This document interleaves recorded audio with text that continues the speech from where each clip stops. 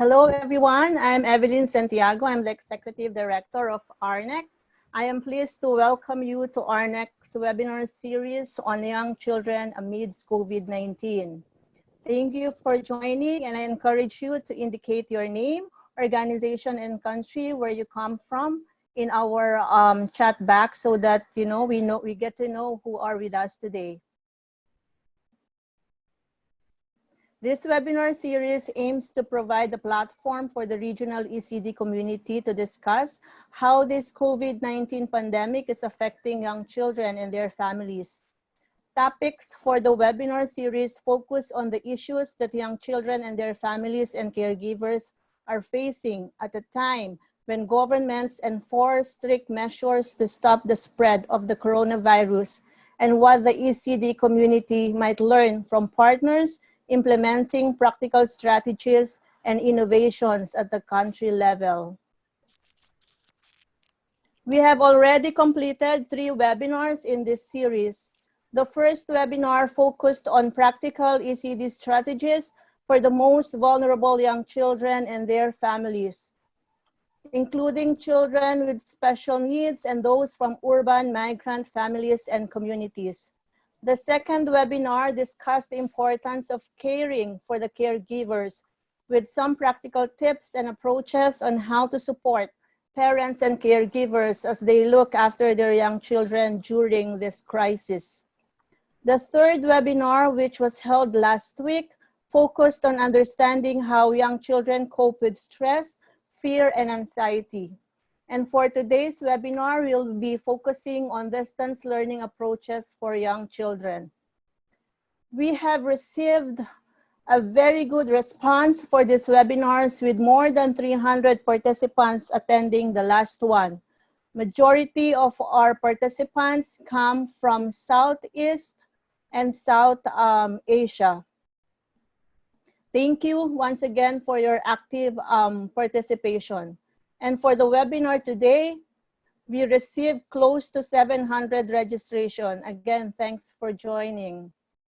Today's webinar, entitled Distance Learning Approaches for Young Children, will be moderated by Ms. Jyoti Dhingra. Jyoti is a development professional with more than 30 years of experience providing strategic guidance and policy support to international NGOs and the United Nations in Asia. She is also one of the ARNEC national representatives for India.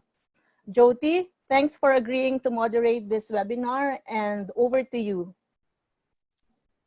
Thank you, Evelyn, for that very kind introduction and especially for providing the overview of the ARNEC webinar series for addressing needs of children under these very, very challenging circumstances.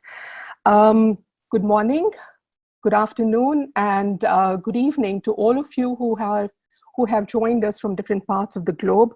We welcome you to this 4th webinar in the series. Before we begin, I would like to just share a few gentle reminders with you for the webinar and for your participation in the webinar. We have the next slide, please. Thank you. Just to let you all know that the webinar will be recorded and the resources shared will be made available on the ARNEC's website afterwards. Please use the question and answers feature, which is located in your Zoom meeting control, to ask questions. You can upvote a question by clicking the thumbs up. This will help us prioritize the questions to be answered during the session. Do join us as ARNEC's members to be informed of the next webinar. The link is provided here. We would like to request your feedback on the webinar, so please help us to complete the survey that will be sent to you after the session. This is really important for us to know what your reactions are and how well do you think that the webinars are addressing your needs. I would also like to remind everyone that the online poll to understand what is happening in different countries is currently live. So please do take a minute and answer. This is the poll, so please do take some time and answer these questions. This will also help us understand what the situation is in your respective locations. Okay, so if that is okay with everybody, let me just go into what we expect out of this webinar. Webinar 4, as Evelyn mentioned in her introduction, is very specifically focused on distance learning approaches for young children and their families and caregivers. And we are particularly interested in seeing how the current home environments can be transformed to be safe learning spaces using both online and digital and non-digital platforms.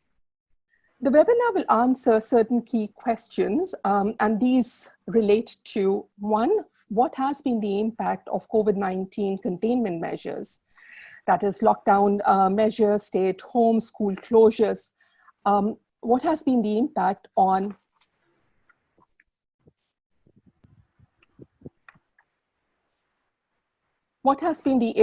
upon young children?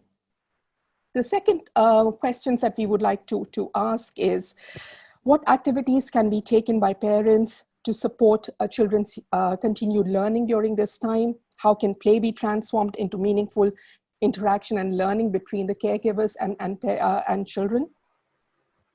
And third, really important also, is how do we support parents, and especially those parents from resource-constrained situations, parents with inadequate literacy skills, with very limited access or no access at all to digital platforms. How can we support them, and how can we empower them so that they can support their children's learning during these times? Equally importantly is the issue of teachers, and how can we support them, and how is their role being redefined in these times of social distancing. And finally, what we would like to do is, during this time, is to see how local NGOs and CSOs can support parents and children during these times. So with that, what I would like to now do is to introduce our panelists. We have a very impressive lineup of panelists with a lot of experience at the policy and practice level. And there are 4 panelists that will be sharing their experiences with us. Our first presenter today is Dr. Vinita Kaul. Dr. Kaul is Professor Emerita, Ambedkar University, New Delhi. She is the chairperson of the Advisory Committee of Center for Early Childhood Education and Development at the university.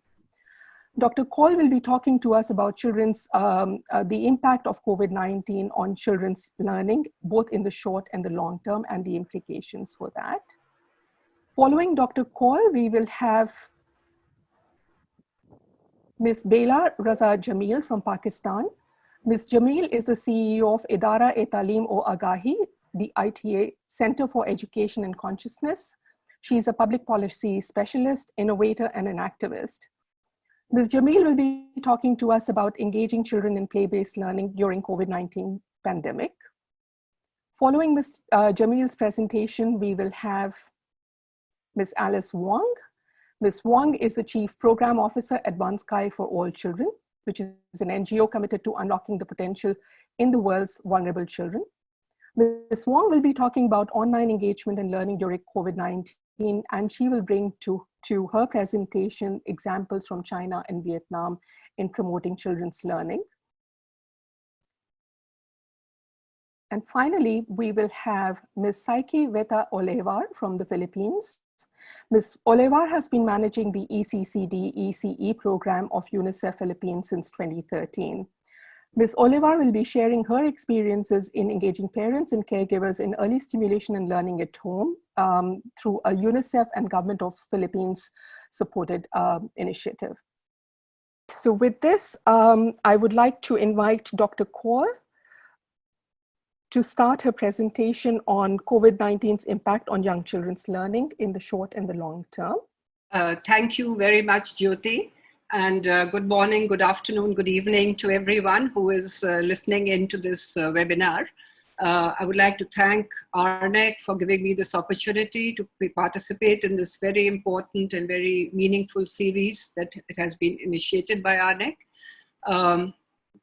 As Jyoti said, I would be talking about short and long-term impact of COVID-19 on young children's early learning. So the focus is on early learning. Next.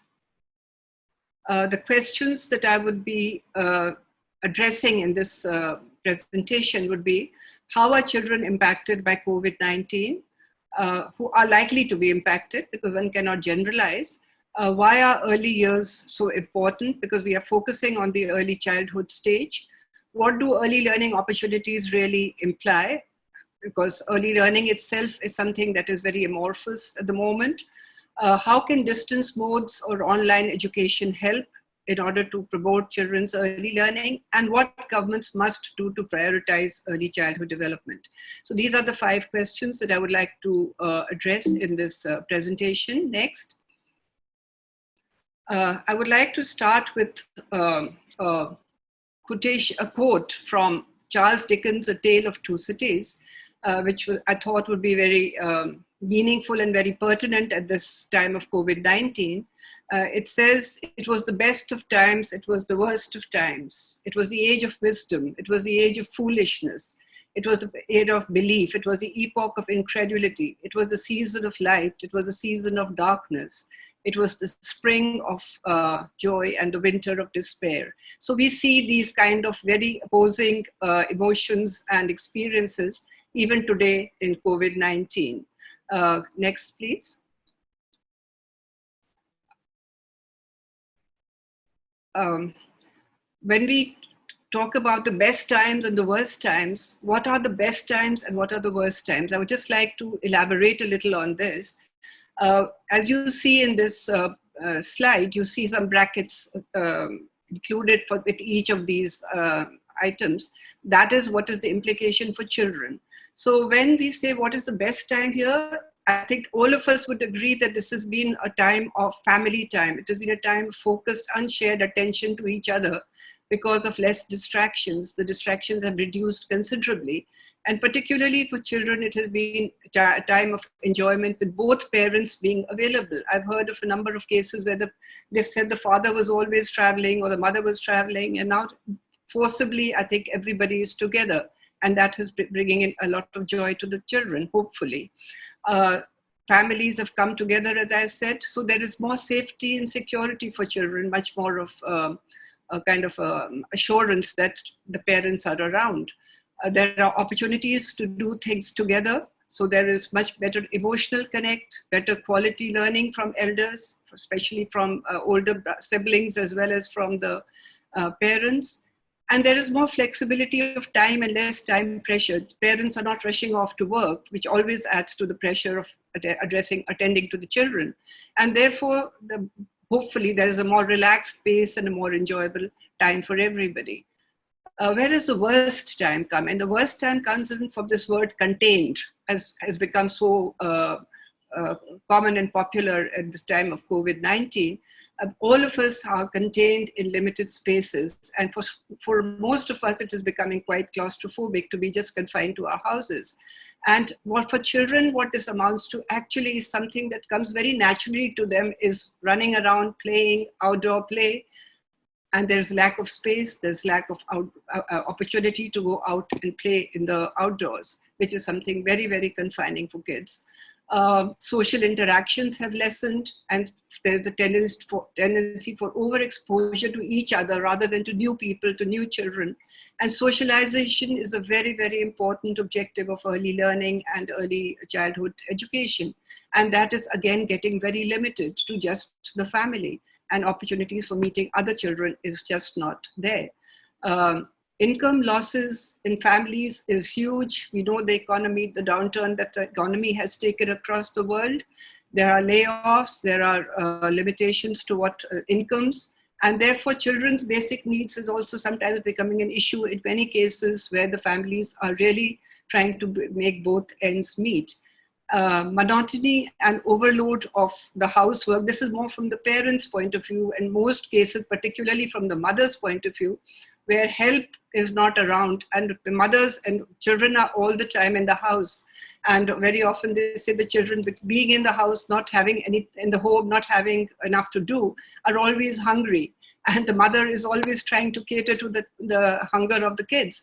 And that is bringing in a lot of monotony and overload for the mother, for the caregiver, hopefully for the father as well, where the fathers are equally participating. And therefore, what we expect from parenting, that parents will have the patience, will talk and play with kids, is sometimes getting limited because of that. And of course, a very major thing that is coming through, a major phenomenon that's coming through, which is being talked about a lot in the public domain, is kind of an intolerance for each other, because I think over proximity, and maybe a lot of domestic violence, which is increasing. And this is something that is very, very concerning, especially in cases where the children are really being exposed to this, because it is likely to lead to a lot of toxic stress for kids. Next, please. So when we talk about children, it's not just, as Jyoti said, not one set of children, because there are the young children there's age to it, which of course is more universal, but there are multiple childhoods. So you have for age, birth to the age span of the early childhood phase is the birth to 2 years, 2 to 4 years, and 4 to 6 years. And each stage has its own priorities and characteristics. So I think those need to be very carefully taken into consideration. But when we look at the social categories, there's much more of diversity. Of course, I've tried to just compress it into these two categories. That is, children with better educated parents and availability of toys, games, technology, digital platforms available to them in their homes. And then the other extreme is children with less educated or illiterate parents who have very limited availability of these kind of resources. At best, I've heard from a lot of talk to some parents, they may have a mobile, but very often even the money to charge the mobile is not there. Next, please. So when we talk about toxic stress, I think it is important for us to know, because there is a lot of potential, unfortunately, for children to experience toxic stress during these years because of the kind of situation economically as well as health-wise that is prevailing. What does toxic stress really mean? Toxic stress means that there's a strong and there's a frequent and prolonged kind of a stress or adversity that is children are experiencing over time.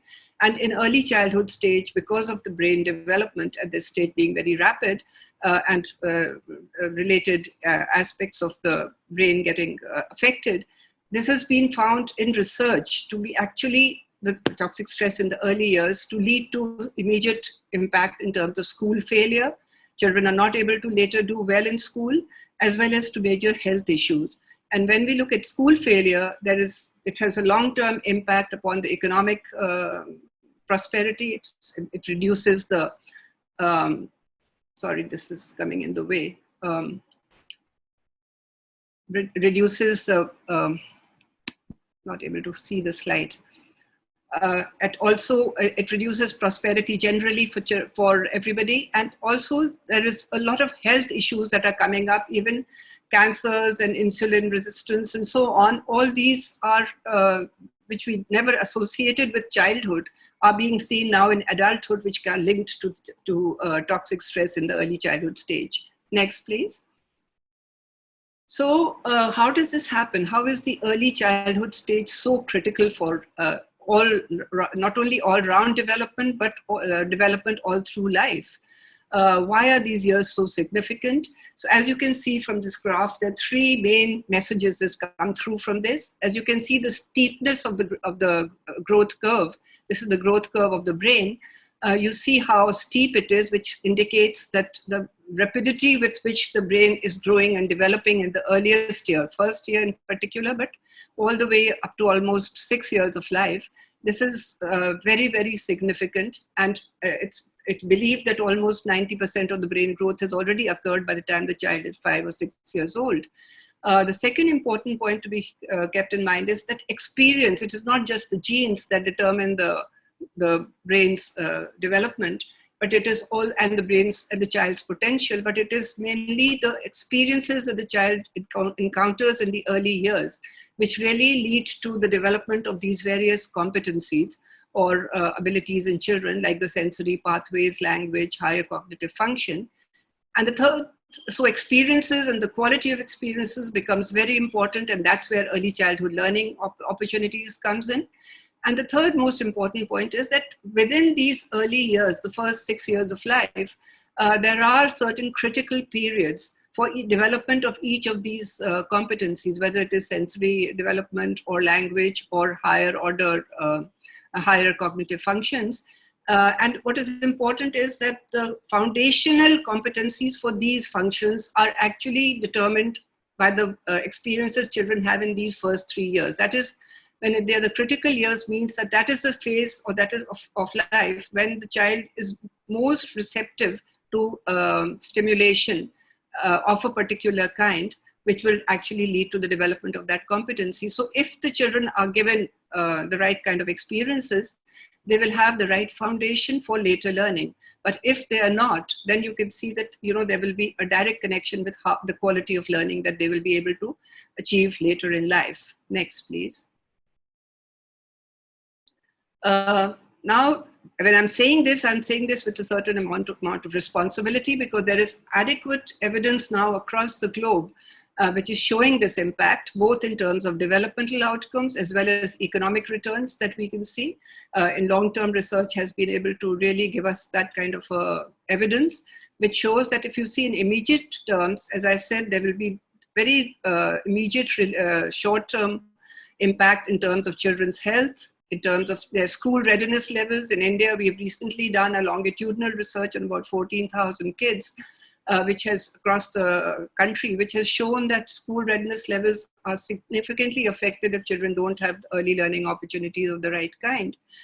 Cognitive skills in school at the school level are affected. Academic performance obviously is expected, and even children, the tendency of children to drop out is much higher if they don't experience the early childhood quality learning.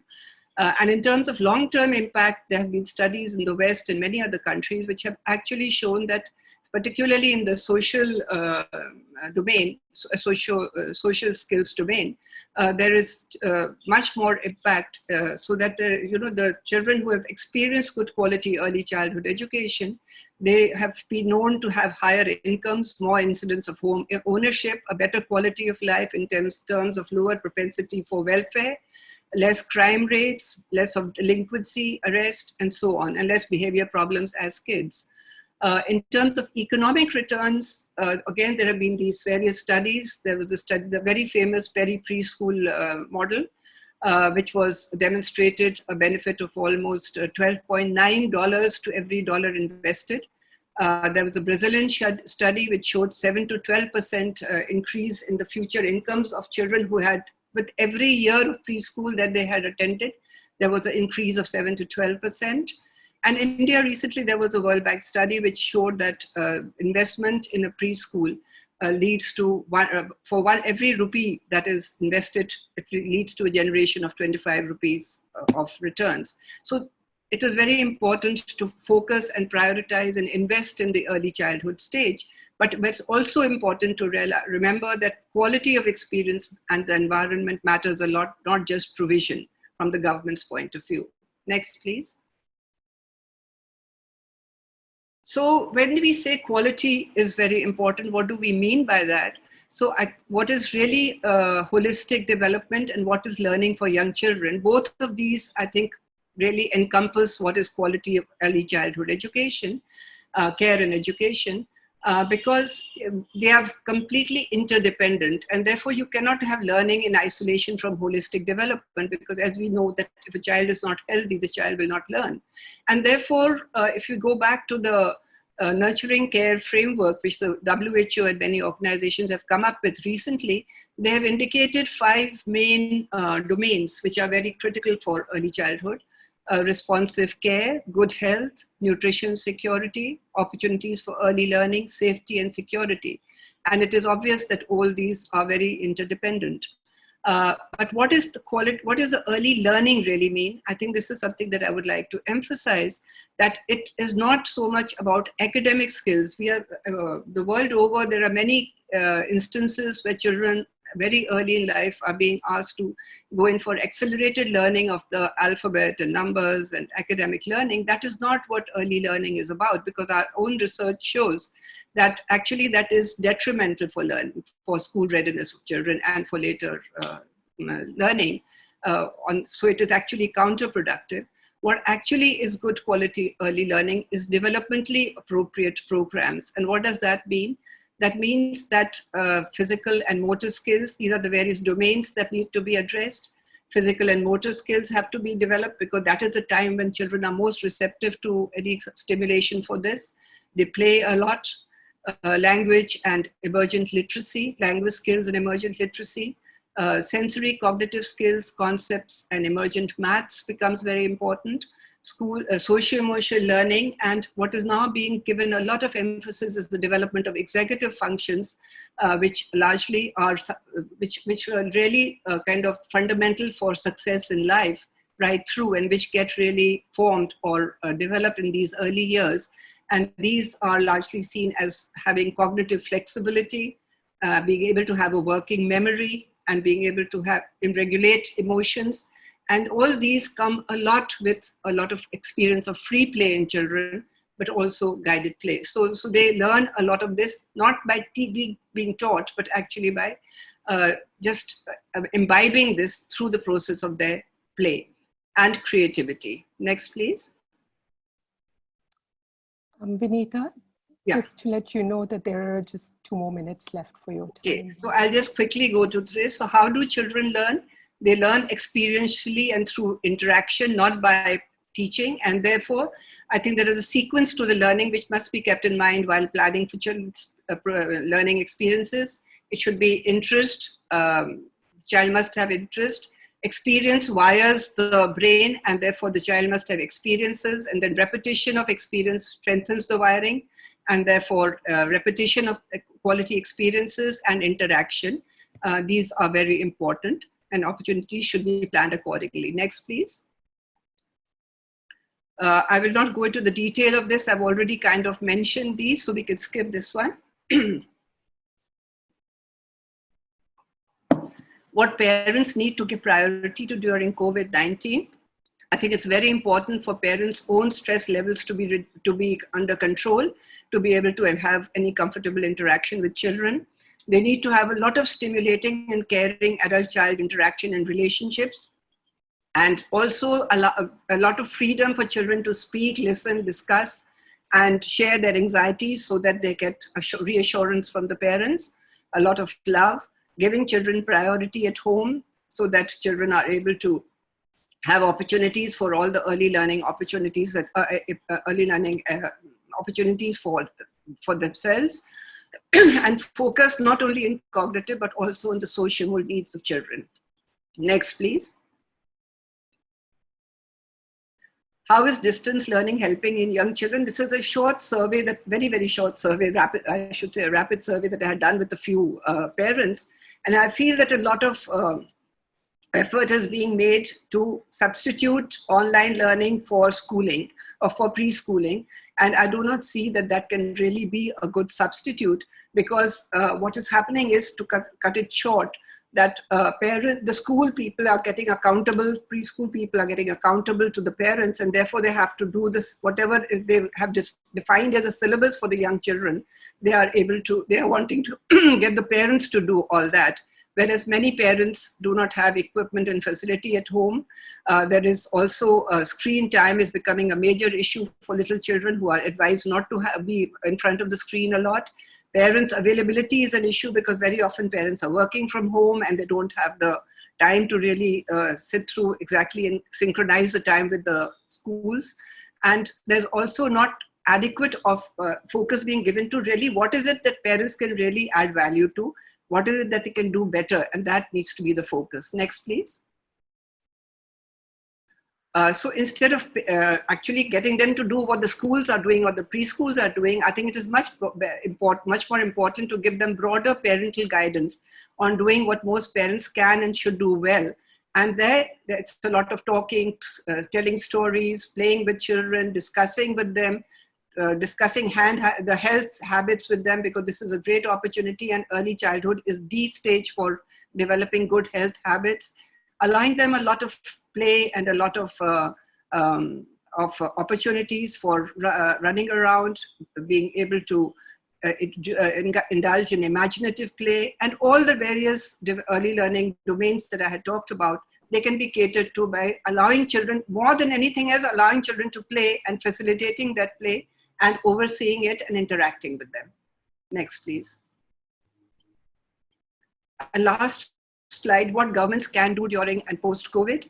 I think during COVID and later also, it is very important to ensure that parents have access to stimulating materials and ideas, which can be then made available online or through various other modes for interacting with children. Since many parents do not have the facility of digital platforms at home, it will be very useful to have television programs for children which are dedicated for them, which parents can also take advantage of.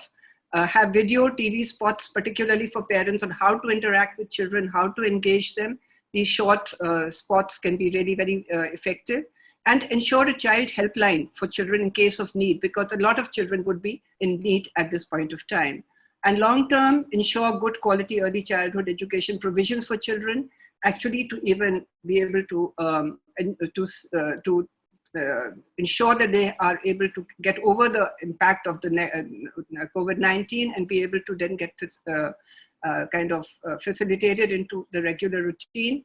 Ensure professionalization of the early childhood domain completely in terms of teacher education, career opportunities. Right now it is being taken by most countries, most governments in a more casual way, providing for a lot of mentoring, monitoring, and so on.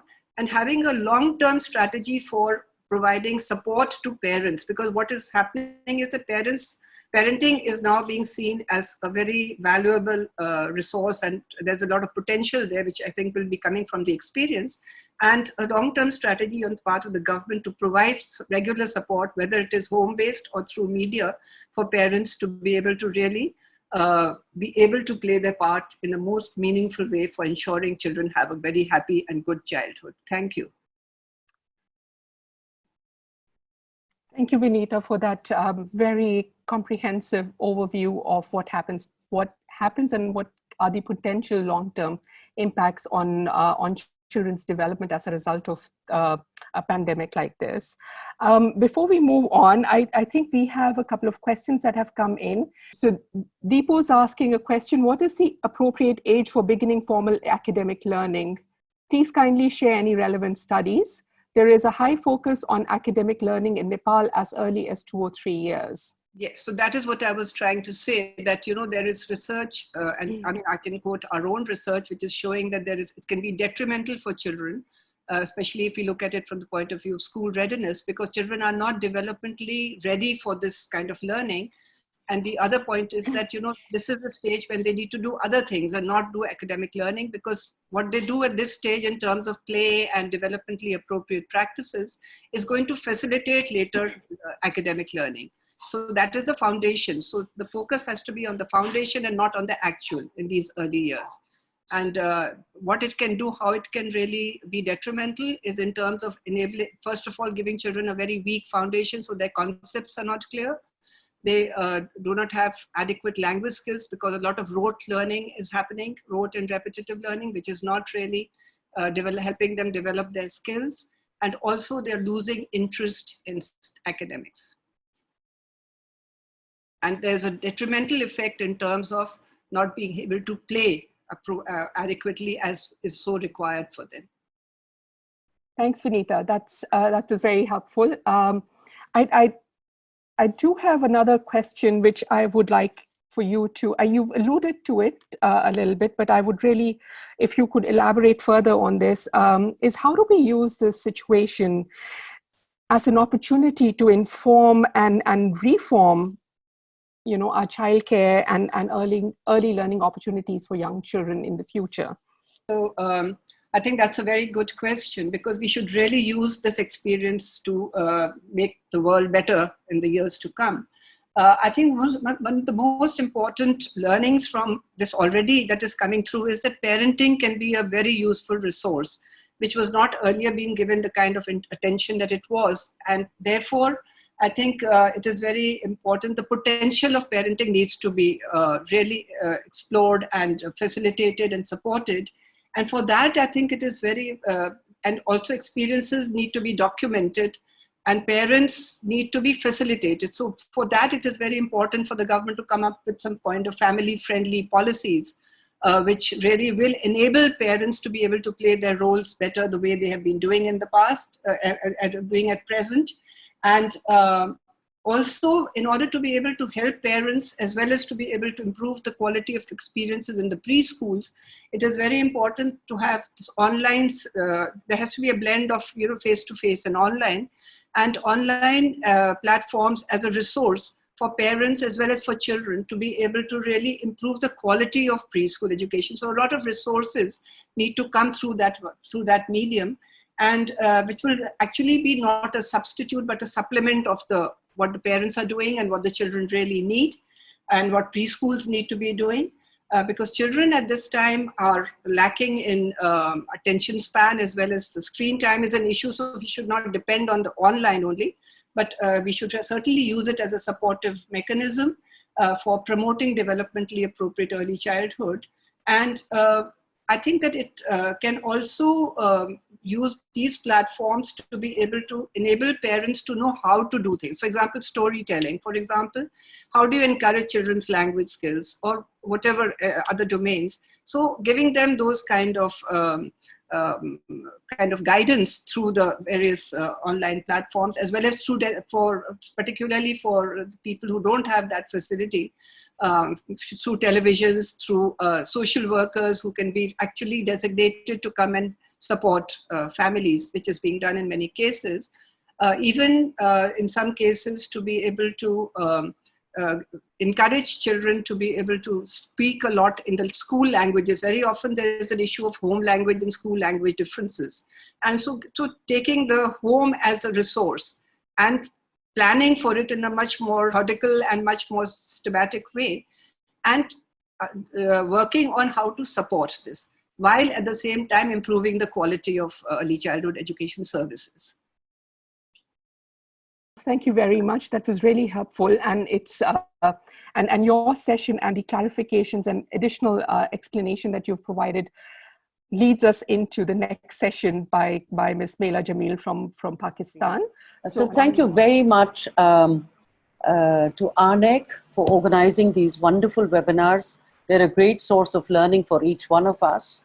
And of course, my focus is essentially looking at the COVID situation, particularly focusing on the whole area of play and the perspectives from Pakistan. Next, please. I think what is important is, I think Vanitha laid out so well that I do not want to repeat anything that has been said already. But I do want to focus on this, that in the context of early childhood, we have to remember for Pakistan that 99.9% of the entire early years programs are school-based, whether in public sector or private sector. And of course, we've heard already from Vanitha that where the crisis is hardest for everyone, but particularly for the poorest. But in Pakistan, again, from our ASR survey, which we do every year at the household level, what we found is, which everybody's used it a lot, that evidence, that 30 to 40% of rural households do not have televisions and technology, including Wi-Fi, smartphones, etc. Whereas in urban, only 10% are such households who do not have it. So whenever we are planning or thinking about the distance platforms, we do need to take into account that to see who is digitally poor and who is not, so that we can come up with options which are no tech to low tech to high tech. What is important is that the government has been phenomenal beyond anybody's expectations to start 2 television channels for education in Punjab and also at the national level. The national level television outreaches throughout the country from early childhood to grade 12. However, having said that, there is very little content for outreach on early childhood for television, of course, and for parents as well. Also, we acknowledge that the SOPs, policies, and budgets for early childhood remain limited, but the government is extremely committed to early childhood as seen in the sector plans. But so the question is, now early childhood is totally gone to the homes. And in this new normal, what does it mean? Next, please. So for ITA, in terms of engaging with the new normal, what was, I think, important is that we have been engaged in early childhood space in almost 4 emergencies, and this is our 5th one. What we have found is that the early childhood space ends up bringing together siblings, parents, the little children, of course, but it is a very therapeutic and a very innovative space. And what we did as a whole institution was, just a week before the pre-lockdown, because it happened first in one province of Sindh, we immediately started mapping out all locations. We have about 200 units, so that at least we could trace out parents' telephone numbers, volunteers who could have cell numbers of that area, because we knew that we couldn't totally rely on hi-fi technologies, and got our training teams to start putting an action strategy of what can we send out as bundles of stimulating learning during this period for this particular age group. I said, so our program areas are spread across 2 provinces, particularly Sindh and Punjab, with 10,000 children, and almost all are in very low income and marginalized communities. But at every point, we needed to think how to look at localized collaborative innovations at this time. Next, please. So it was also critical for us to draw upon our research and evidence from a piece of study we are doing in 2 phases. The first phase of early learning partnership systems in Pakistan in 2018 revealed something very interesting, that although children, a majority of them do play at home, about 80% with homemade or manufactured toys, but really without engagement of the parents. There is very little understanding of early learning approaches amongst the parents. So the question was, what do we do with the 4 domains of learning, with the physical, motor, social, emotional, cognitive, and executive functioning? How do these come together? How will they play it all in the COVID-19 crisis? Next, please. So the idea was, next please, we can move forward from that. This is all mapped to the national curriculum and the provincial curriculums. So the idea was, how do we get to parents and caregivers for good information and awareness sessions with them? How do we train local activists? How do we look at especially areas of child protection and safeguarding during emergency? Because it's very important to see, is there a checklist to see whether the children are exposed to violence, to neglect, or any kind of unsafe household environment? And it's a tricky one, but it is there. And we keep hearing, I mean, this crisis has been there even before. So what to speak of this crisis when everyone is huddled at home? So, but also how to see opportunities to connect parents and siblings to play-based learning, now that everybody was together and bonding, and to create a triad of teacher, volunteer, the child, and above all, the parent caregiver. Next, please. And you'll see lots of images coming. So in terms of the content selection, it was very important to see what those core minimum essentials should be. In our entire ITA's own strategy for the response for the COVID-19 has been that, you know, how do we combine the care, health, hygiene, protection aspect together with learning through play? And then also, because there are large government schemes which have been amazingly at work on the social safety nets front, where cash transfers are going to households, about 15 million households in Pakistan during this period, so that at least the poorest do get some support and stabilization. And also the lady health workers who are all there in every rural area, in every village, who need to be mobilized as well. Of course, the new awareness on life skills, hygiene, social distancing in this new normal, through our another flank of volunteers, the Corona Saviors or Mohafiz, they're the activists who've been training people on how to go about, and the government has been putting out wonderful messages, but ours are also in Sindhi, in Urdu, so that they could physically see how to wash and let children actually do the washing themselves. And it's great fun as well. But also trying to make a selection of what kind of distance learning platforms will be used, from the face-to-face, but at a safe distance, the handouts, to the WhatsApp, to the messages, and especially wherever there's shared television, how they can look at the programs of the tele-school being run for the children. Next, please. So it was a lot about making the selection, deciding how to go about it. The idea was the rollout should be through cluster-based sessions, so that in those communities, the volunteer, activist, teacher could work with parents on what kind of activities should be given preference, especially at this time where everybody is feeling so anxious, depressed, schools have shut down, children were going somewhere, now they don't go anywhere.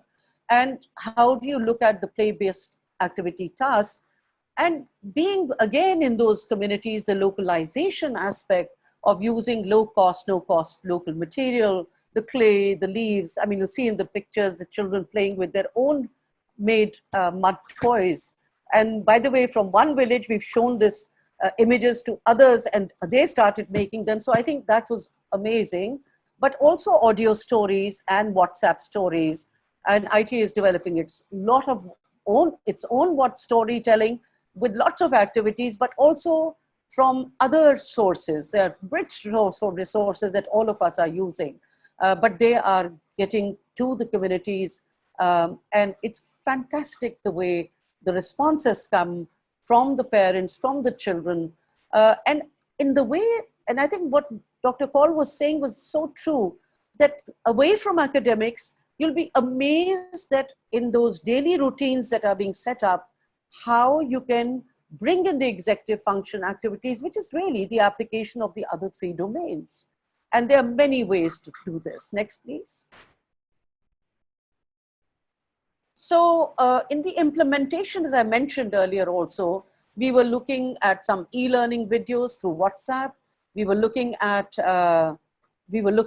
activity sheets and that could get to the parents very quickly through those volunteers, and also teachers and parents sharing their own ideas and activities, so it's not just one way, it has come also back to us in terms of some images coming from parents of what they are doing as well.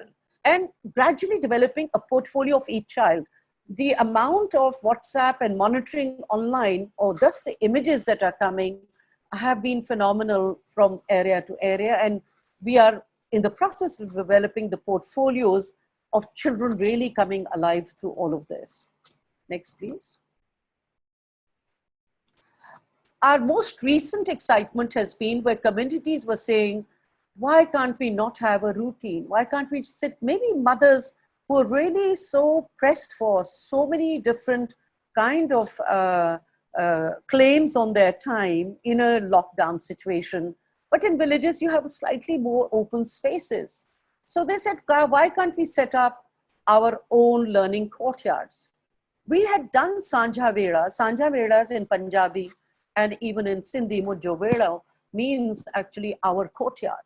And these are our learning courtyards we set up earlier too, and we said, let's revive them, but with this safe social distance of 8 to 10 children always, in shifts of an hour or 90 minutes. And in that, what do we do? Interactive routines of protection, learning, play, expression, so that we keep on remembering and reminding each other that how to wash your hands, what is safe distance, what is health and hygiene provision. But play and expression takes really a very important space in that time. But with whom? Of course, children, parents, and as I mentioned, the volunteers and teachers and lady health workers. So we've set up 4 of these already. And it's very exciting because others have said, why can't we use the same principle for slightly older children as well?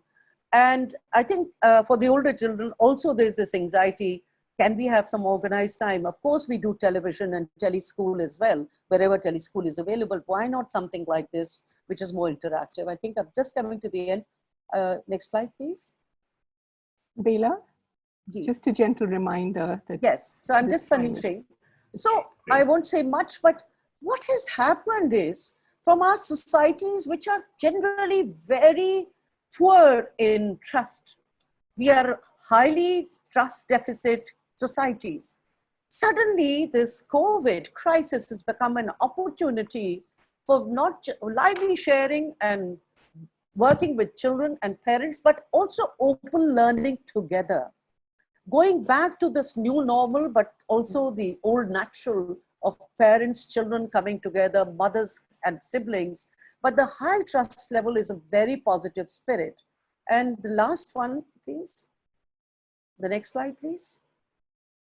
Next slide. So, sorry. So the whole idea was in this COVID journey, this had been a 6-stage COVID journey. And from really right now, from mapping all the way to developing almost a new cadre of volunteers, parents, teachers, educators. And this whole business of parents being able to respond to the new practitioners as new practitioners of social distancing and learning, that's a new compelling life skill. So how do parents get involved in making the teaching learning low-cost materials and stories? How do they play with their children and share their work? But there is an urgent need for scaling up some of this work, which is home-based and looking at local safe places. And this is a desperate need in Pakistan because everything was so school-based earlier. And we are just undertaking 2 surveys, which are in the pipeline, which are also going to be mostly telephonic, but also face-to-face, so it'll be blended. So at least we can inform what the evidence has to say for this new normal for early childhood, and also inform the policy and new programs when the school reopenings take place. There must be a joint celebration of households and schools. The separation has to end in this new normal of COVID-19 and post-19. It's been very exciting, and the images are fabulous, the way they are coming from the communities, from almost no tech to low tech. Thank you very much.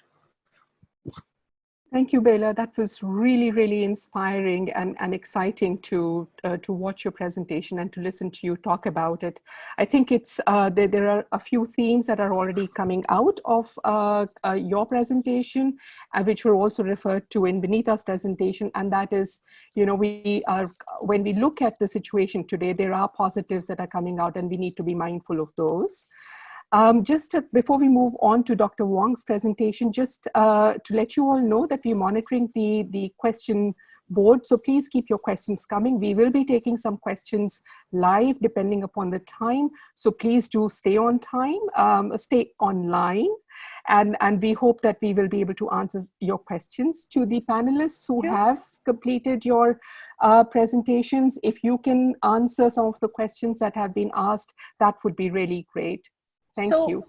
Yeah. So one question that has come up, which I think is very important, that, you know, we are familiar with the 3 domains that we've always measured, which is the physical and fine motor skills, and we looked at the cognitive and the social emotional. Mm-hmm. The executive function essentially is a whole lot of functioning, which is a combination of all of these, from self-awareness to emotional self-regulation, planning and setting goals, self-motivation, verbal working and non-verbal working memory, problem solving and flexible thinking skills.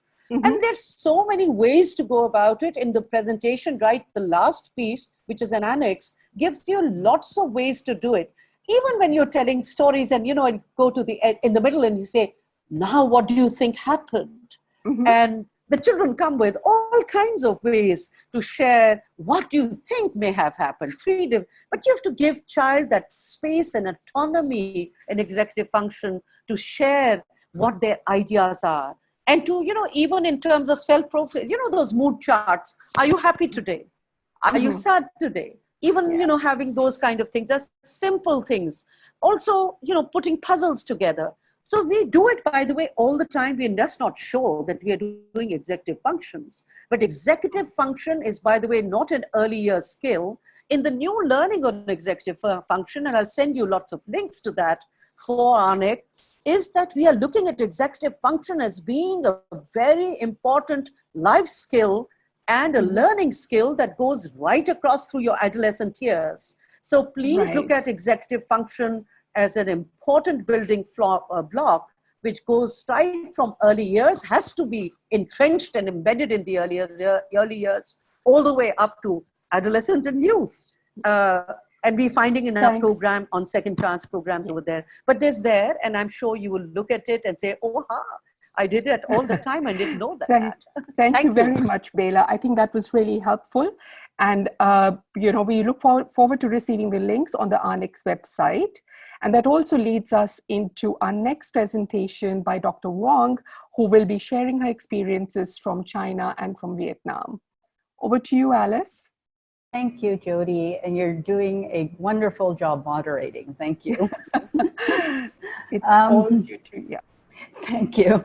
Thank you to ARNEC for coordinating and organizing this very timely and relevant series and topic, and to everyone who's participating right now. Kudos to us for being a community who is coming together to learn and share good practices in these very unprecedented times. So without further ado, let me jump right in and speak a little bit about how OneSky has been using our experience with digital technology, specifically our online learning platform in China and Vietnam during this COVID period. So OneSky believes that unlimited potential waits inside every child, and it should be every child's birthright to have full access to loving, nurturing care and quality early education. But sadly, for many vulnerable children, that right and access does not exist. Our mission at OneSky is to identify populations of children at risk, train, and elevate caregiving communities to provide responsive, loving care to children. When we began in 1998, many thousands of baby girls in China were abandoned. Those that survived ended up in government orphanages looked after by overburdened, untrained workers. OneSky brought a new idea, the critical need for responsive care and education in the early years. We turned skilled caregiving into a profession, and the OneSky approach became China's national standard for care and institutionalized children, over the years impacting 42,000 caregivers and over 190,000 children. As China prospered, workers migrated away from rural villages to toil in distant factories. Children were left behind with aging grandparents struggling to make ends meet and provide children with responsive nurturing care. OneSky brought the approach to China's villages in 2015, training up grandparents through our family skills training and creating villages of caregivers to raise children. In 2017, by invitation of the Vietnamese government, a population of children at risk was identified, children of migrant workers who brought their young children with them to find work in the factories, but finding that there was no quality care for their children. In a little over 3 years, OneSky has trained 480 home-based care providers, directly impacting the quality of care for 12,000 children growing up in the industrial zones. And very soon, when the lockdowns are lifted in Mongolia, children living in the Gare district in very impoverished situations have also been identified, and OneSky will be going to Mongolia to introduce the OneSky approach to train and elevate communities of parents, grandparents, and neighbors in the Gare districts for young children. OneSky training adopts a relationship-based approach to training adults, caregivers in person and through a digital learning platform. Face-to-face training and regular field visits allow OneSky trainers to build trust and community with caregivers, while our digital learning platform strengthens the budding relationships and promotes continuous engagement and learning. The OneSky blended learning approach leverages the power of digital technology to amplify the effectiveness of in-person training and create an online community for continual professional learning. The OneSky digital learning platform is called One Big Family. In China, as well as in Vietnam, One Big Family was built to provide an online learning platform for all child welfare institution staff and our home-based care providers and One Sky trainers. In China, the platform was built in 2012 and in Vietnam in 2018. In China, we have over 5,000 users, averaging over 300 user login per day. And in Vietnam, about 500 users with an average login of 50 users per day. So that's One Big Family screenshots, and I'll be sharing with you a lot of screenshots of the learning platform. So on the learning platform, you can find discussion forums. There are sections on expert questions and answers that trainees can post and will be answered. There are activity cards that are available as resources for users to apply in their setting. There's also a lot of ECCE resources. As you can see here, a lot of them were related to COVID in response to the social circumstances. So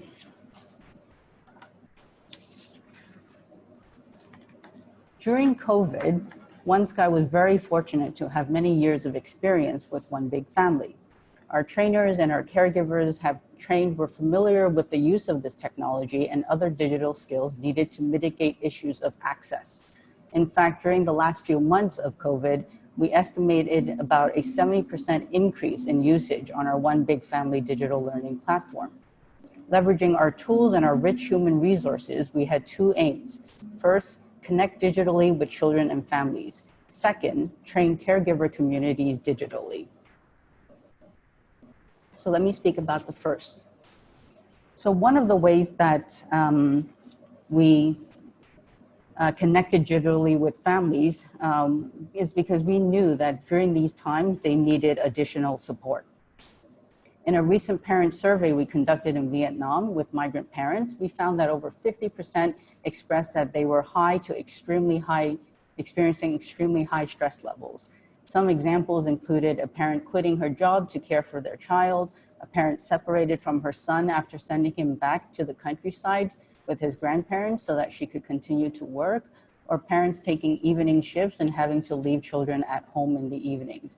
These changes can affect the family dynamic and children's relationship with parents. And so we knew that with what we had, we need to connect digitally with children and families. And here are some examples. One of the examples here is a One Sky trainer who couldn't visit the orphanages because of the lockdowns. And so this trainer and many trainers posted recorded activity videos accompanied with ways to scaffold children's learning so that trainers and institution staffs who were still in the orphanages could discuss them on forums. The videos were played for the children, and the staff in the orphanages facilitated the play experience. In this particular picture, you can see this teacher and this teacher, or our nannies. This nanny was actually locked out of the orphanage, and together they work in this orphanage visiting foster families that live in the orphanages. And so in this particular photo, the staff was on TV and one staff was in the family home, and together they were engaging with children as if they were in the same place. And the children loved it because they had been isolated from the outside world for quite a while already. In Vietnam, we have similar ways of engaging children and families, home-based care providers and One Sky trainers. And One Sky trainers started a discussion about how to engage children and families. And one idea that gained momentum on the forums was to make toys for children to play at home. So our trainers made a video and posted it on One Big Family, you can quickly see. And home-based care providers posted their experience of connecting with children and families. And in here, actually, after the home-based care provider shared it with parents, a parent emailed back, messaged back her child playing with the toy that she had created for her child. So our second objective was to train the caregiver communities digitally. We saw this period as an opportunity to maximize trainers, teachers, parents, and other caregivers when we're all stuck at home and having this time and space to learn. So temporarily, gone were the days of in-person training, as you can see in these photographs here. And so we had to find new ways to continue to learn together, and equally important, to support each other during these very stressful times. This is our One Sky trainer. She has the experience of using digital technologies, and so encouraged the home-based care providers to utilize these tools too. A home-based care provider learns how to make a video by modeling the body language and the words of the trainer, so that she could create a similar hand washing video that she then distributed to the families that she worked with. So this was quite a new experience for the home-based care providers, but it helped her reach the families and children that she misses. Here on our forum, after reading articles posted about how to keep the classroom clean, providers were posting their own hard work and accomplishments with their fellow trainers on how they followed all the kind of guidelines and to clean up their classrooms and prepare for reopening. And of course, friendly competitions are always very fun. And so to keep the learning going, our web managers arrange friendly competitions. This year in particular was ideas for the most creative and fun homemade toys. So during the lockdowns, after the lockdowns, these toys would be toys that they could introduce into their centers, into their orphanage, into the classrooms, and they were all ready to welcome the children back. So here you actually see a poster inviting caregivers to post ideas of homemade toys. And then there was a whole panel of judges voting that all the users online voted for. And these were our winners. And interestingly, these photos, they were taken by their own family members, and they posted it on One Big Family themselves. So a lot of discussions. Sorry to interrupt, but just to let you know that the time is almost up for your presentation. Thank you. So we also know that there were a lot of discussions that were happening. They weren't topics that they were not familiar with, but in fact, topics that we together as a community had learned about. So responsive care, also about secure attachment. And you can see that our own trainers developed these videos to review what was learned and posted it on the forum. And the users are responding with what they recall about learning. So last but not least, in addition to One Big Family, on the side, digital gatherings were happening. Some were led by One Sky trainers and some were completely organic. We had built a community of learners on One Big Family, and during COVID-19, this community also provided emotional support for each other. So I would like to end with some reflections and next steps. As we speak, our programs are actually reopening in China and in Vietnam. And instead of just jumping back to going to normal, we thought that what are the next steps for us? We wanted to see this as a learning experience, and we're pondering two questions. In what ways can we shift what was traditionally face-to-face training to be delivered digitally? And in what ways can we sustain and grow this sense of community that we witness beyond this COVID-19 period? As schools reopen, we will try to find new equilibrium, but these questions will guide our learning and our next steps. So thank you, everyone. Thank you, Jody.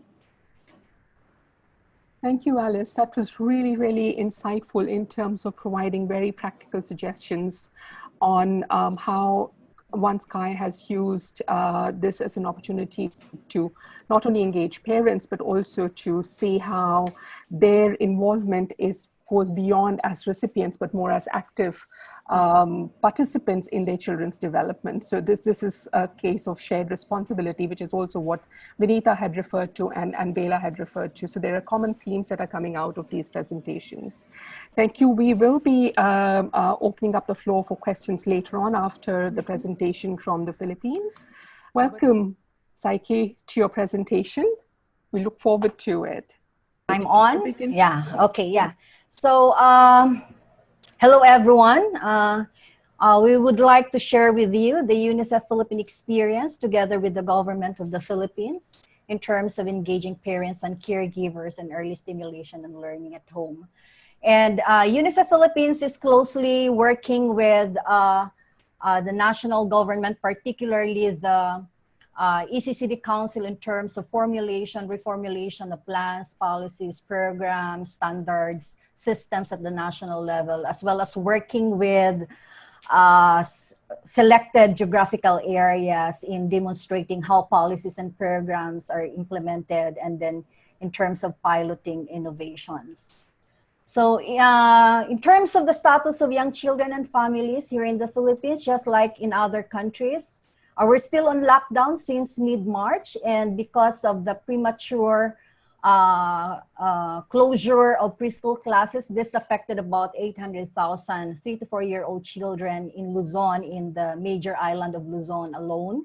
And while we're expecting that families and parents would have more time with their children to do early learning activities at home, at the same time, there are parents may not be ready and confident to engage young children in early learning.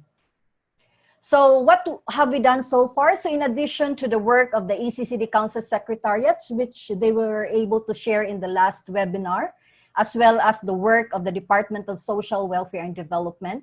So we had this 10-day learning at home challenge during the lockdown, using mainly the social media as our platform, particularly Facebook and Twitter, with the following objectives. One is to increase awareness of parents and caregivers' crucial role in doing early stimulation and learning activities at home, and then explaining to them the benefits of this early learning stimulation to children's holistic development and learning. And then second, to continue early learning for young children at home during lockdown. And then third is to strengthen the relationship between parents, caregivers, and young children through enriched interaction, especially in these very difficult times where parents and children are experiencing toxic stress. So in this challenge, we introduced we conveyed the message about the crucial role of parents and the importance of play, as been emphasized in the previous presentation, in the development and learning of young children. So for us to encourage parents and caregivers to participate in the challenge and to track their engagement, we encourage them to take videos and photos of each challenge and then post them on Facebook. So from day 1 until day 4, we provided a very specific instruction on how to do the challenge. At the same time, conveying the message on what's the benefit of doing such activity to early learning and holistic development of children. At the end of day 4, we noted that the engagement of parents is quite low. Maybe because one, they found the instruction quite complicated for them to follow. Second, some parents may not be that comfortable sharing their videos and pictures in Facebook. So with that issue, and then to address, to also increase engagement of parents in the challenge, we further simplified the messages in the subsequent days, really focusing on just one question without any more instruction. So these are the messages on a daily basis until end of the 10-day challenge. So once we simplified the messages, we noted that there was this increase of parents' engagement. However, we also noted that there was this trade-off, that while we increased the engagement of parents, we didn't have that opportunity to really explain to parents the benefits of doing that activity at home. So the key lessons learned from this initiative is that, one, we really need to simplify the message to parents, and then we need to simplify the mechanism of engaging them. Second, we need to somehow balance oversimplification of messages, and at the same time, our intention to really communicate the message of the benefits of doing early learning activities at home. And then third would be the need to engage celebrities and then popular personalities at the beginning of the challenge to boost the activity. So with those lessons in mind, we will relaunch the challenge in June as part of the celebration of Parenting Month and with some enrichment activities. So the second initiative that I will be sharing with you is our initiative pre-COVID-19, but are becoming more relevant as part of the new normal brought about by this COVID-19 situation. So UNICEF supported our focus areas insofar as mapping of children in all households, their situation, those with or without access to early childhood care and development, including early childhood education services, and then identifying, noting what are the reasons why they are not accessing these services. So we started from a paper-based tool, and then it evolved to use of technology. So particularly, we have already this Project Child Children Information and Location Database, which will track women, pregnant women, and young children and refer them to basic social services. In this COVID-19 situation, more and more, this tool or mechanism, related mechanism at the local government unit level is becoming very important for the local government units to really track their constituents and then use this as a tool to provide basic services. We also supported, based on the results of the mapping, we also supported local government units in terms of planning and implementing alternative modality for delivering early childhood education services. And one focus area of UNICEF Davao City, they introduced this parents teaching other parents to teach their own children approach, or shortly they call it PITOP. And later I'll talk about this in much detail in a little while. And then second, the ECCD Council has started or has already drafted the home-based early child care and development standards, which will be finalized soon.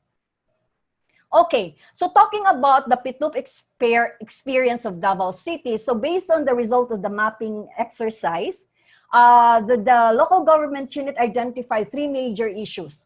One is that they have this low enrollment in preschool because existing daycare service are very far from home. Second, parents think that their children are too young to engage in learning and to attend daycare. And third, parents cannot accompany their children to daycare. So with these issues, Davao City introduced PITOP with the following objective: increasing access to preschool education through home-based early childhood education, and at the same time strengthen the self-confidence of parents and building their capacity to take part in the development of their young children, and then lastly, to build and reinforce family responsibility. So they engage facilitators to be responsible for enlisting parents and caregivers to participate in the program.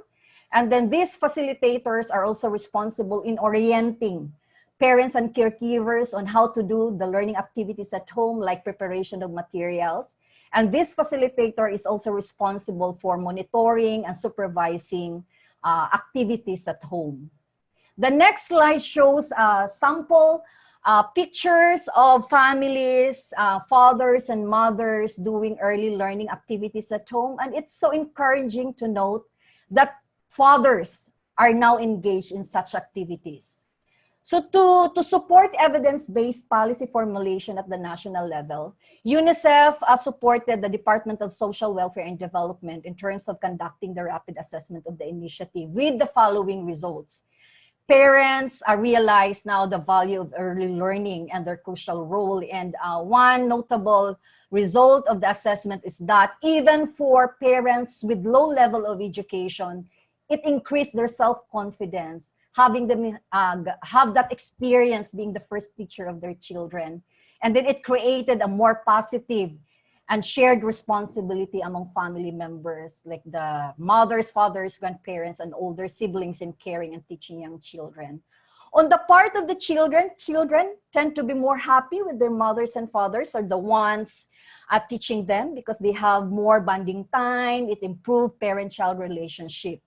And it particularly served children in hard-to-reach areas, especially those in indigenous communities with lesser or minimal cost, like use of available materials at home. And they don't need to spend money for the transportation in going to daycare. And then according to parents, children are more prepared to enter kindergarten. And there's also this positive results also from the side of the community. So with this positive gains in this initiative and all other home-based models here in the Philippines, UNICEF commits to continue to support the government in terms of enhancing the models towards its institutionalization as part of the new normal, particularly in really providing support to parents and caregivers, especially in low-resource contexts to do home-based learning, like, for example, developing and providing them with practical tools for them to be able to facilitate learning, like simple activity guide, basic materials, tools. And then in doing this, we need to consider like the context of the families, the level of education of parents, their work, and we need to also be realistic in our expectation from parents on how to do this at home, and then support them in doing this. Also, we need to continue to work with our government partners in developing key messages and use different platforms for disseminating these messages to parents and caregivers. And then we will continue to advocate that aside from the financial assistance to vulnerable families, the need to include mental health support to parents, especially the vulnerable ones. And then support to build the capacity of child development workers and health workers to support caregivers and parents. And then lastly, we will work with the National ECCD Council in terms of enhancing the home-based ECCD standards so that to consider the new normal brought about by COVID-19. So that's the end of my presentation. Thank you very much for giving us the opportunity. Thank you very much. Great.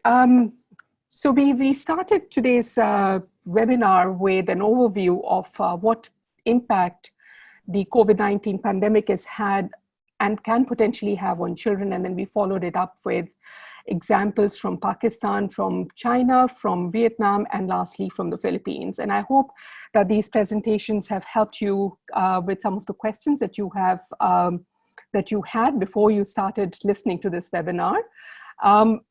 I think we have time for some questions and answers, and I would like to use this opportunity to invite one of the participants. Ariva, are you with us? Ariva, can you hear me? Yes, I'm with you now. Hi, Ariva. Would you like to ask your question? Yes, I can hear you. Can you introduce yourself, which organization you belong to, and what kind of work do you do? And then please ask your question. And if it is specifically for a particular presenter, please mention that. Otherwise, leave it open and the panel will decide how they want to answer it. Okay, go ahead, Ariva.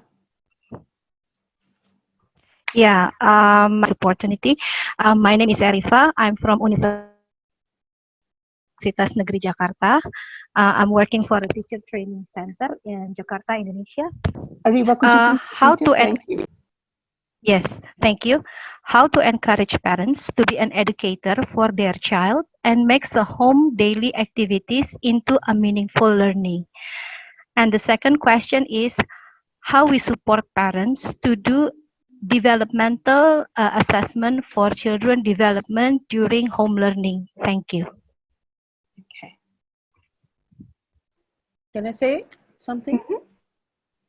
Okay, so Ariva, that's an excellent question. Let me go to the first one and try the second piece as well. I think we've been mentioning the whole aspect of routines.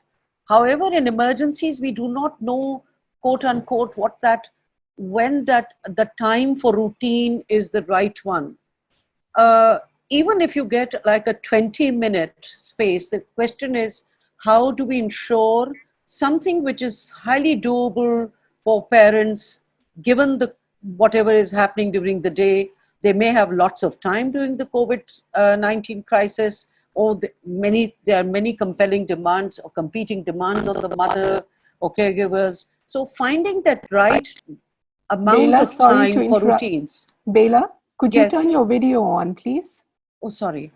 That's all right. There we go.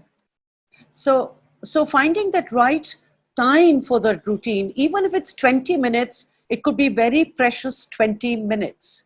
Now, in the work that we are doing on the so the question is, in that 20 minutes, what does a parent do which is meaningful and playful and really makes the child feel very confident and cared for? And those ideas did come out. So I think we can also share with you later. And they can be very simple routine activities with children. But I think also important is that in the work that we're doing on early learning partnership surveys, we're also enabling, and if you look at the mixed surveys also, parents are actually being trained on how to do simple measurements and assessments. But this is a very exciting question you've raised. Maybe ARNEC and our community can give some very simple ways of assessments at home, so the parent knows that the child is developmentally, well, I don't always like the word developmentally on track, but knows that, you know, things are going right and the child is getting that early stimulation.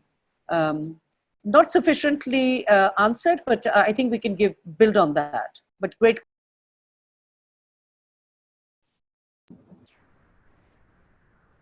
Would any of the other panelists like to add to that? I can add a quick comment. One more person, please, and then we can move on. Can I just add to what Bela said? Yes. I think the assessment point of view, I think it's very important that the parents should know that if the child is in her daily routine or his daily routine, growing well, is participating, is active. So, you know, these are some of the indicators which should be shared with parents, because sometimes there's an over concern about whether the child is really learning or not. I think it is more in terms of holistic development that the child has to be assessed, and each child has his or her own skills and potentialities which have to be developed. So I think some indicators for that need to be developed, which are also available, which can be shared with parents. Thank you, Vinita. I wanted to echo that because in one of the videos we saw with the parent taking the video, that's actually her way to show teachers or the caregiver how she is engaging with the child at home, and the caregiver can take that video and comment on the different indicators that you suggested and walk the parent through how well the child is doing as they are learning together through play.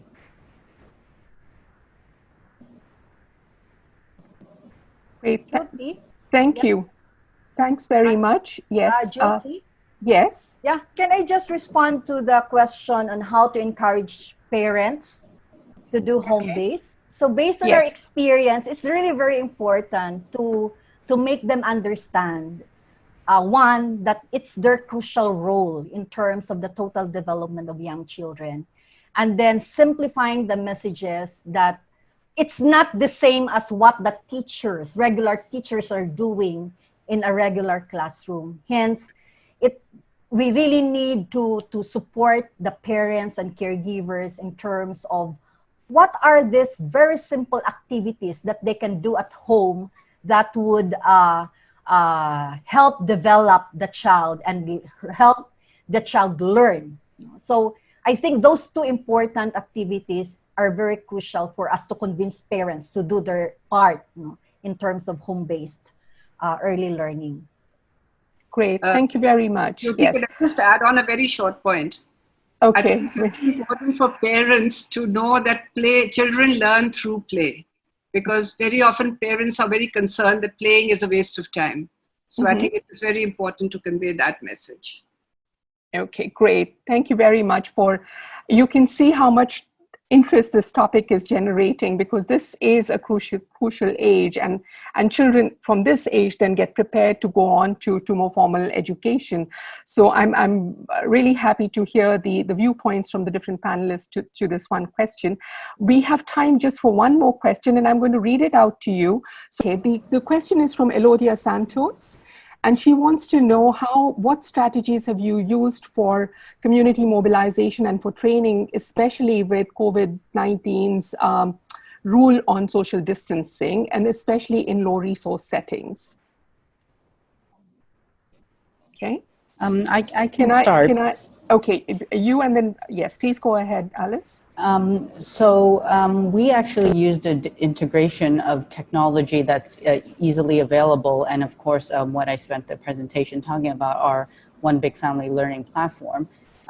But our trainers, together with the trainees, explored a whole host of localized apps that were very common to their particular setting to engage first socially. So before we're really talking about learning, it's about engagement. Often there are a lot of conversations about access and not having the right digital equipment. But even when you have all of that, we still need to put a lot of thought into the engagement. So as you are gathering people online together, what is the purpose of it? Is it a social call? Is it to support each other? Is it to hear each other out? And with engagement, we're able to connect. And with COVID particularly, connection has been what we have found to be key in order for us to even utilize all these digital technologies. Thank you, Alice. Anybody like to add to that from the panelists? No? Okay, great, thanks. I hope that answers your question, Elodia, and I invite you to reach out to the panelists and to the ARNEC team to get further clarifications. I think we have time for one last question, and I'm just going to I'm going to paraphrase this. This came up on the question board, and I can't locate the actual person who asked it. So apologies to the person who asked the question. But the issue was about how do we promote social interaction amongst children, which is such an important part of their development process and for social learning. How do we promote that? I'd really appreciate your views on this. Thank you. Alice? At One Sky, yep. Yeah. So at One Sky, where we work in orphanages, so the children are actually already together. And so one of the ways that we connected with children is sharing videos, from people, from their teachers and their caregivers on the outside with them in small groups, so that together they're not left with just one caregiver to do an activity. They're gathered together to watch a video and, let's say, blow bubbles, as you saw in the photo, as well as following a singing or reading a book together. Okay, great, thank you. It works very well with siblings too, we have found, from the videos that parents have shared back with us. Mm-hmm. Great, thank you very much, Alice. I'm going to start and try and wind up this session before I hand it over to Evelyn to connect it to ARNEC's future plans. Thank you all very much to all the panelists and to all the participants who have joined us for this webinar. We started the webinar with an overview of the impact of COVID-19 on children's development and both the short-term and the long-term impacts. And then we went into actual practical strategies as to how we can support children in their development in these early years and in these very, very challenging times. And what we're finding out are really inspiring stories from different parts of the globe in terms of how children can be supported. I think one of the things that stands out for me is this parental engagement and involvement, and how that can be built upon as we look at early childhood education in the times to come. We also looked at that it isn't, although we are all connected digitally, and this is one of the advantages, not everybody is, but even those people who are not, there are opportunities there, and we have to look at a digital technology as an enabler for parents, but and to some extent for children, but it need not necessarily be a stumbling block, as we learned from the experiences that were shared by our panelists. This has been really insightful. Once again, thank you very much from my side for sharing your insights, and to all the participants who have joined in for this particular webinar. I'd like to hand you over now to Evelyn to take us through the next steps. Thank you, Jyoti, and thank you once again to all our presenters, and of course our participants for a very engaging and informative session. We appreciate your participation today, but before we finally close this webinar, just a couple of requests and reminders from our end. Please respond to the webinar evaluation form that we will be sending to you after the session. Your response will really be helpful as we shape the succeeding webinars. We also encourage you to visit and share our COVID-19 and ECD resources, which you can find in our Facebook page and in our website. And please like our FB page so you get regular updates as well. We also be uploading all the webinar presentations in our website. So please watch out for some of our, for the webinar recordings and all the presentation slides. And last but not the least, we request you to accomplish the survey on the impact of COVID-19 on young children, which we have actually launched 2 weeks ago. And it's still on. If you can please accomplish this survey so that your views can be heard, as a regional ECD community. Your views are very important. The survey is open until May 15. The next webinar in our series will be held next week, May 21, Thursday, and it will be about ensuring the safety and security of young children during and beyond the pandemic. So we will be covering the child protection issues as they are experiencing by young children and their families in this COVID-19 pandemic. Again, thank you so much for participating in today's webinar. Thank you to all our presenters, and thank you to our excellent moderator, Jody. Stay safe, everyone, and keep well. Thank you. Thank you. Thank you, everyone. Thank you very much. Thank you.